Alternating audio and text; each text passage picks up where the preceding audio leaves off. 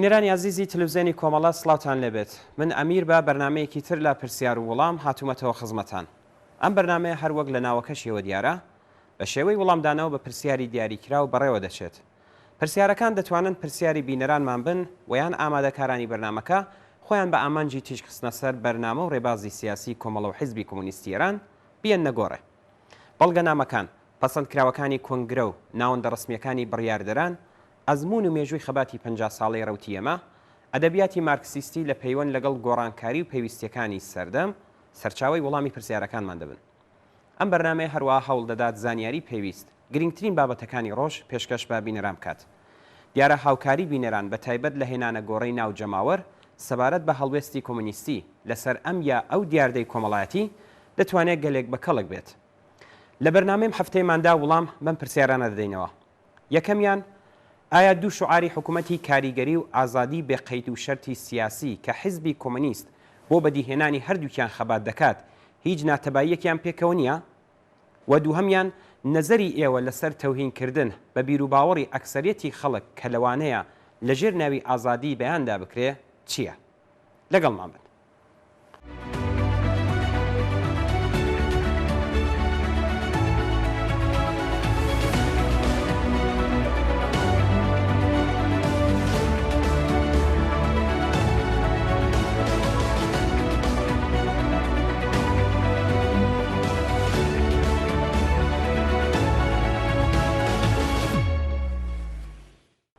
پرسیاری یەکەممان ئەمە بوو: ئایا دوو شعاری حکوومەتی کاریگەری و ئازادی بێ قەید و شەرتی سیاسی کە حیزبی کۆمونیست بۆ بەدیهێنانی هەردووکیان خەبات دەکات هیچ ناتەباییەکیان پێکەوە نییە؟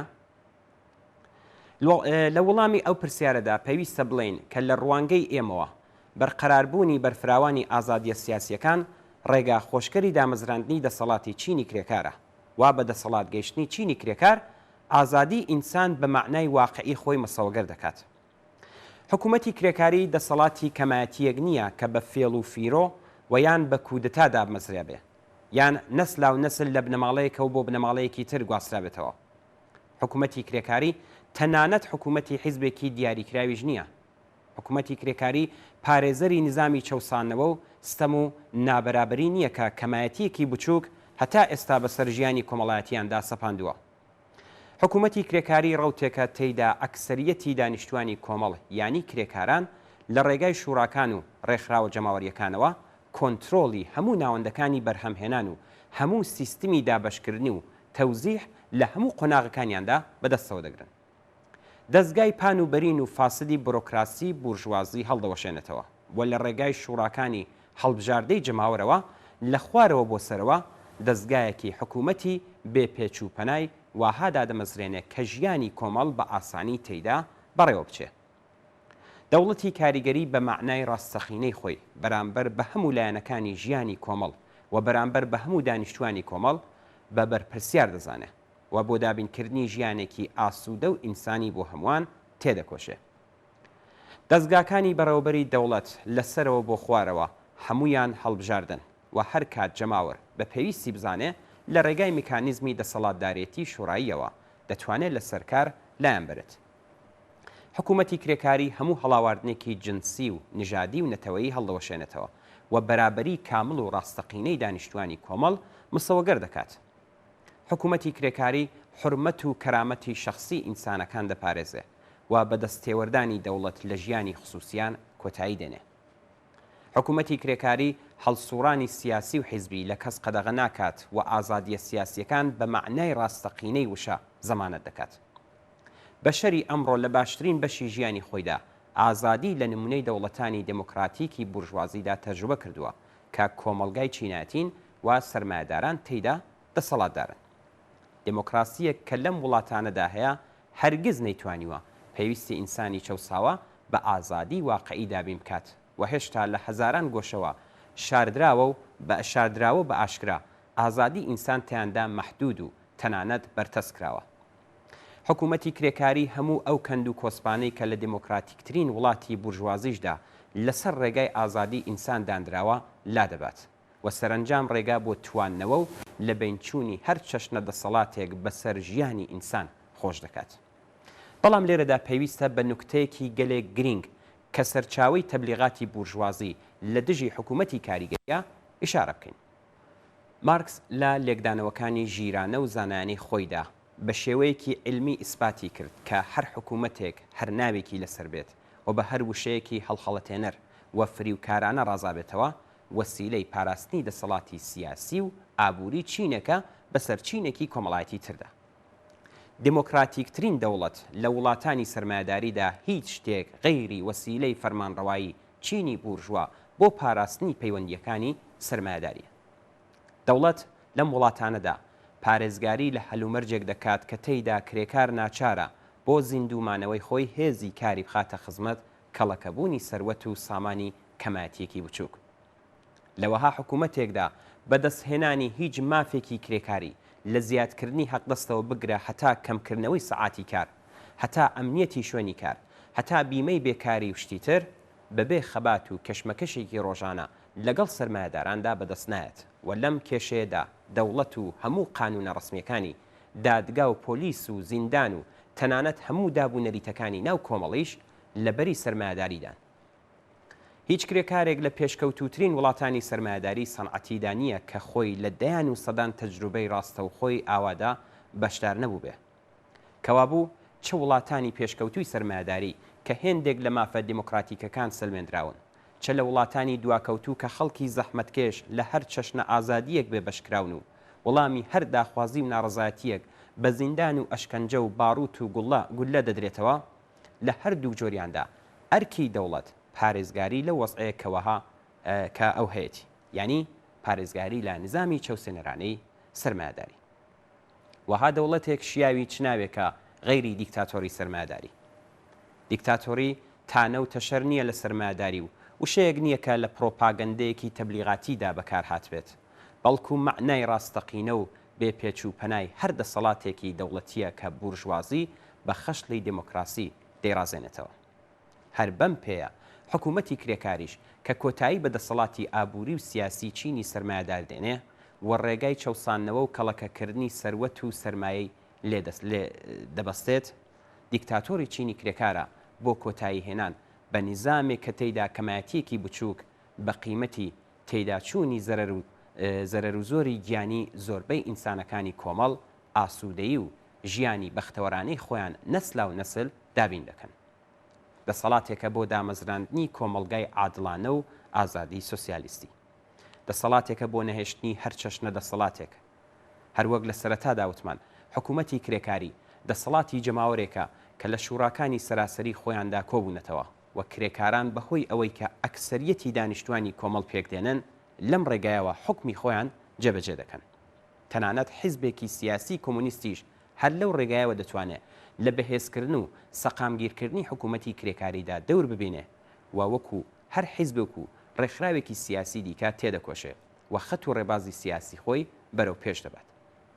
تا ئەو جێگایی کە بە شوعاری ئازادی بێ قەید و شەرتی سیاسی مەربوط دەبێتەوە، بڕوا بەخۆی جەماوەری کرێکاری ڕێکخراو وەکو حکوومەت لە شوڕا کرێکاریەکاندا دەبێت گەلێک لەوە قایمتر بێت کە نیگەرانی جموجۆڵی سیاسی مخالفانی خۆی بێت. حکوومەتی کرێکاری ئازادی فعالیت لە هیچ حیزب و ڕێکخراوێک زەود ناکات.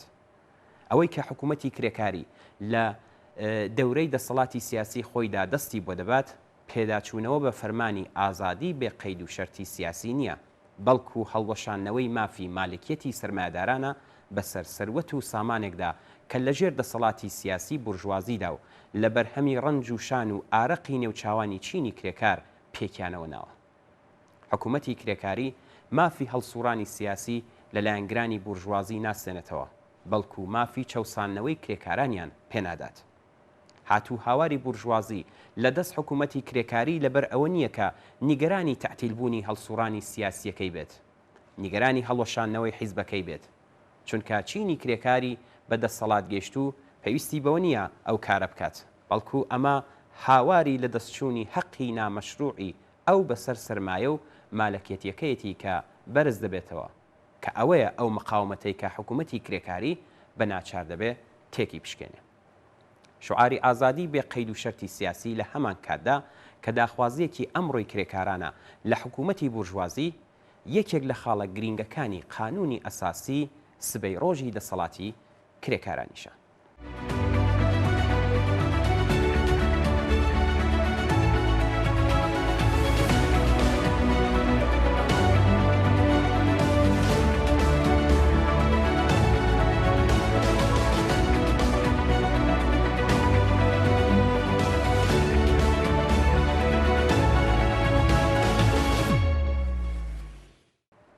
دووەم پرسیار و دواپرسیارمان ئەوەیە نەزەری ئێوە لەسەر تەوهینکردن بە بیر و باوەڕی ئەکسەریەتی خەڵک کە لەوانەیە لە ژێر ناوی ئازادیدا بەیان بکرێ چییە؟ شک لەوەدانە کە پارێزگاری لە ئازادی بەیان بە مانای پارێزگاری لە بێحورمەتی و سوکایەتیکردن بە باوەڕی هیچ کەس چ کەمی نەبێ و چ زۆرینە نییە. تەوهینکردن بە بیر و باوەڕی خەڵکی تر دەبێتە هۆی پێکهاتنی ئاژاوە و بەرپابوونی تەپوتۆزێ کە تێیدا مەجای ئەوە نامێنێتەوە کە بە بەڵگە و دەلیل هێنانەوە بە منطق بتوانێت بیر و بۆچوونێک کە پێت وایە دروستە جێبەجێ بخەی. واها هەڵسوکەوتێک بێگومان بە قازانجی هێزی دواکەوت و کۆنەپەرستەوە دەبێت. ئەوانن لە ئاکامی وەها ڕەفتارێکدا لە ئاوی لێڵ ماسی دەگرن و بەهانەی پێویست بۆ دوورخستنەوە جەماوەر لە بیری نێو پێشکەوت و ئاڵ و گۆڕ پێکهێنەر بەدەستێنن. جێخستنی بیری نێ و پێشکەوتن خواز لە نەو جەماوەردا پێویستی بە کەش و هەوای ئارام و سەقامگیرکردنی پەیوەندی دۆستانە و هەڵسوکەوتی دڵسۆزانە هەیە و ئەوەش بە تەوهینکردن و بێحورمەتیکردن بە بیر و باوەڕی کەسی تر بەدینایەت. بەڵام ئەو ڕاستیە هەرگیز بەو مانایە نییە کە دەوڵەت یان هیچ هێزێکی کۆنەپەرست هیچ ئاین یا مەسهەب و بیر و باوەڕی بە مقەدەس ڕابگەێنن و قانون و یاسا دابمەزرێنن کە هەر کەس ئەم تەقەدوسەی نەپاراست تووشی زیندان و ئەشکەنجە و ئیعدام و تێرۆر بێ. تەنانەت ئەگەر زۆرینەی خەڵکی وڵاتیش ئەم بیر و باوەڕیان هەبێت. بۆ نمونە لەبەر ئەوەی کە 100 ملیۆن کەس لە مەسیحیەکان دەڵێن کە ئیسا کوڕی خوددایە یان 100 ملیۆن کەس لە مسلمانان پێیان وایە کە لە شەوی میعراجدا محەممەد بە سواری ئەسپی سەفەری ئاسمانی کردووە کەس ناتوانێت بڵێ ئەوانەوانین و تاوانبار بکرێ بەوەی کە کوفری کردووە وا دەبێت سزا بدرێ.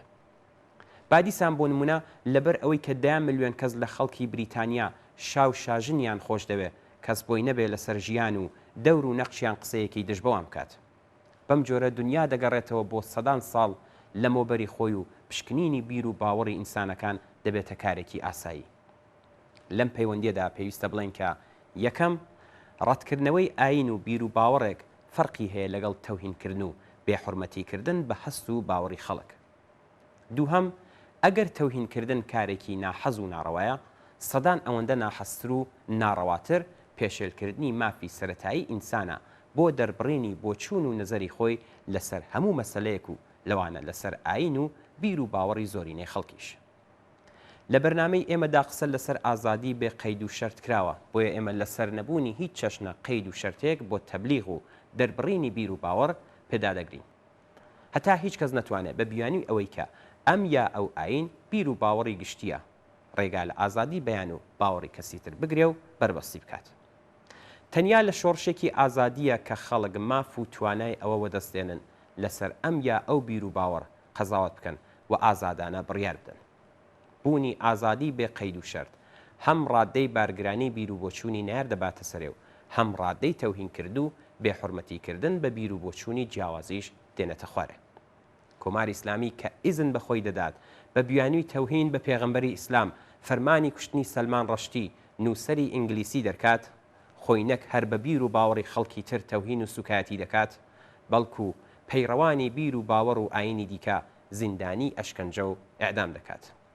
بەم جۆرەیە کە بەهایی و کۆمونیست لە لای کۆماری ئیسلامی بە ناوی محارب ئیعدام دەکرێن. سونی و ئەرمەنی و یەهودی دەبنە دانیشتوانی دەرەجە دووی ئەو وڵاتە و بە چاوی سووک تەماشایان دەکرێت. ئەم خوڕەوشتەی حکوومەتی ئیسلامی پارێزگاری دەدەکات هیچ پەیوەندیەکی بە ئینسانی ئازادەی کۆتایی هەزارەی دوو هەمیشەوە نییە.